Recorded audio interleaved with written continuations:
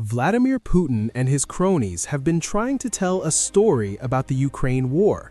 That war is a tale of two sides, Russia being massive, dominant, and on the verge of victory, while Ukraine is crumbling before the first side's might. Ukraine must declare peace under whatever terms Russia offers, Putin wants the world to believe, or Russia will just run roughshod over the rest of the country. It's a nice little fantasy for Russia that Putin has concocted, but it in no way reflects the reality of the Ukraine war. That reality is that Putin's front line is collapsing, as the Russian army is the one that's breaking apart. None of this is going according to Putin's plan, which was to fool anybody who would listen into thinking that Russia's multi-front assaults on Ukraine were leading to it gaining ground at record-breaking rates.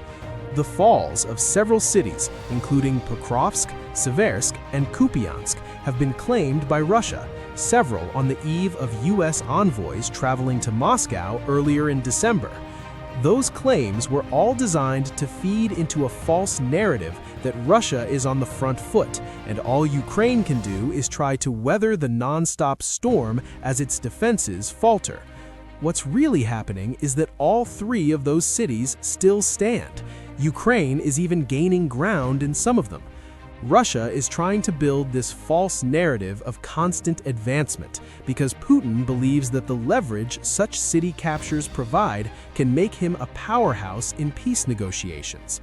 Putin can claim that Ukraine's defenses have crumbled as long as he is able to maintain his lies, and plenty of people are aware of what Russia's leader is doing.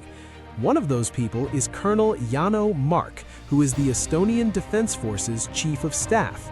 On December 15th, Mark said, "Information operations and domination in the cognitive domain are aimed at influencing the West and the United States. The goal is to create a false narrative that Ukraine's front is on the verge of collapse." Mark adds that Putin's goal is to convince the collective West, and especially the US, that there is no reason to support Ukraine anymore. The West tried and Ukraine failed, so the West may as well shore up its losses and pull all of the support that it is giving to Ukraine. If that doesn't happen, the US and Europe will only lose more money, as Russia is on the verge of victory. Putin's secondary goal is to use the supposed leverage he has gained from all of Russia's supposed advances during peace negotiations. Putin himself said as much through a Kremlin mouthpiece named Yuri Ushakov earlier in December. The progress and nature of the negotiations were influenced by the successes of the Russian army in the battlefield in recent weeks, Ushakov declared, before adding, "Our Russian soldiers, through their military exploits, have helped make the assessments of our foreign partners regarding the paths to a peace settlement more appropriate." Truth doesn't factor into Putin's equation. He's presiding over a military that exaggerated the gains it made between January and September 2025 by more than 1,200 square kilometers, or about 463 square miles, United 24 Media reported in September. Lying about battlefield advances is nothing new for the Kremlin, as these lies all feed into the narrative that Putin wants to create about Russia being the military superpower it was also supposed to be. There's just one problem, and it's a big one. The narrative doesn't match the reality of the Ukraine war. Russia's lies are being exposed to the point where it's clear that the offensives that Putin has falsely claimed are making gains have actually been weakened so much that Russia's soldiers are primed to become victims of Ukrainian counterattacks. That's according to a December 15th Euromaidan press report, which draws from an assessment by the Institute for the Study of War, or ISW, to demonstrate that Russia's frontline soldiers are far from a dominating force. Quite the opposite, in fact, as those soldiers are exhausted, under-equipped, and are beginning to crumble as Putin demands that they maintain simultaneous offensives that they simply can't sustain. Those same Russian soldiers also face the prospect of a future assault against the rest of the Donetsk fortress belt, assuming that Pokrovsk eventually falls, and that will only serve to drain the Russians further as Putin continues to stretch the front line. Russia isn't winning, certainly not to the extent that Putin claims, and the ISW highlights what is really happening in Ukraine in a December 14th Russian offensive campaign assessment.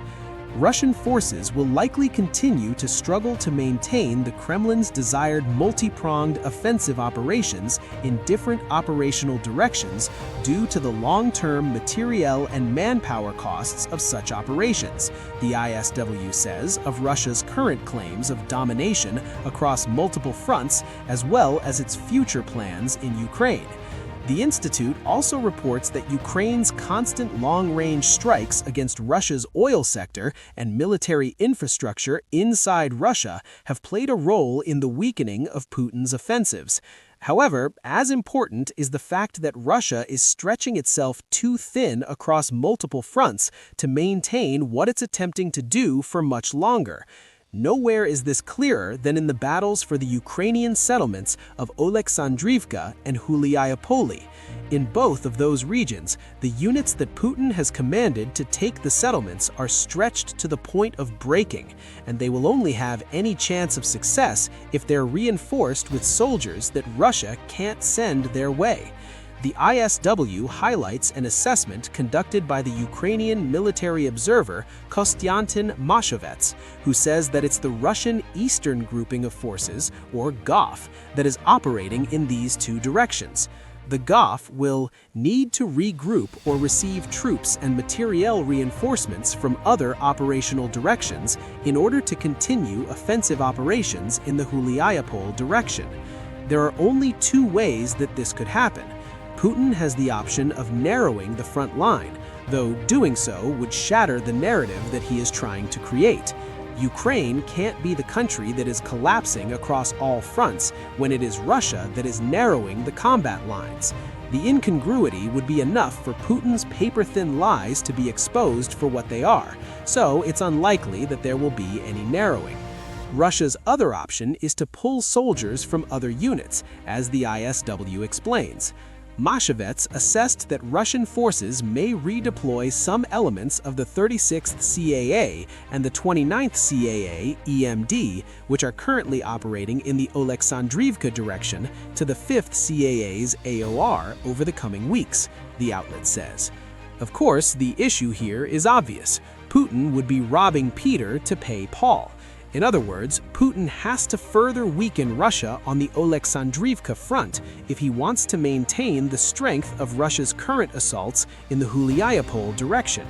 And that is a microcosm of the problems that Russia now faces across the entire front that it created. That front had grown to around 1,250 kilometers, or nearly 800 miles by September of this year. Every mile sees Russia attempting assaults against well-defended Ukrainian positions, resulting in an 800-mile meat grinder that U.S. Secretary of State Marco Rubio claimed has churned through 100,000 Russian soldiers during the first half of this year alone. The number will be much higher now, perhaps double or more, which only feeds into the thinning problem.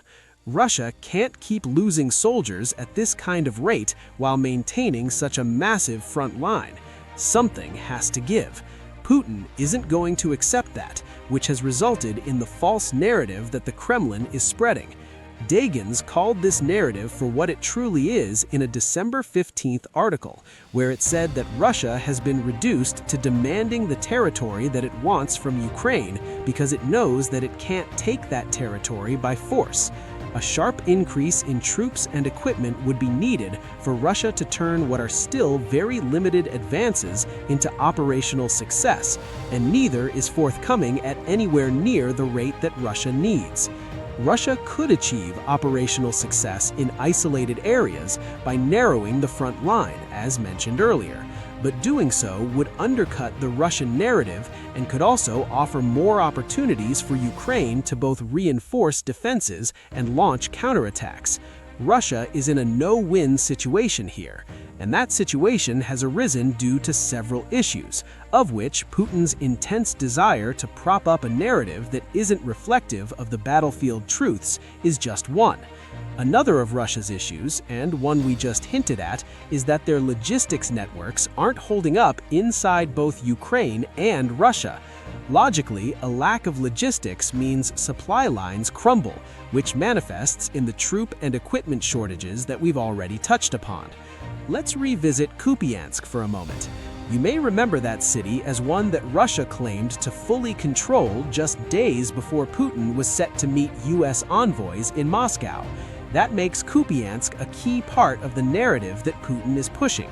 Yet, it is also a city that is dealing with supply line issues that reverse that narrative.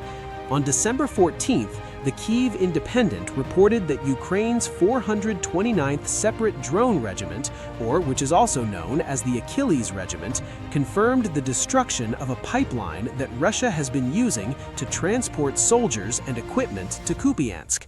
This pipeline was described as a safe route that allowed Russia to build up strength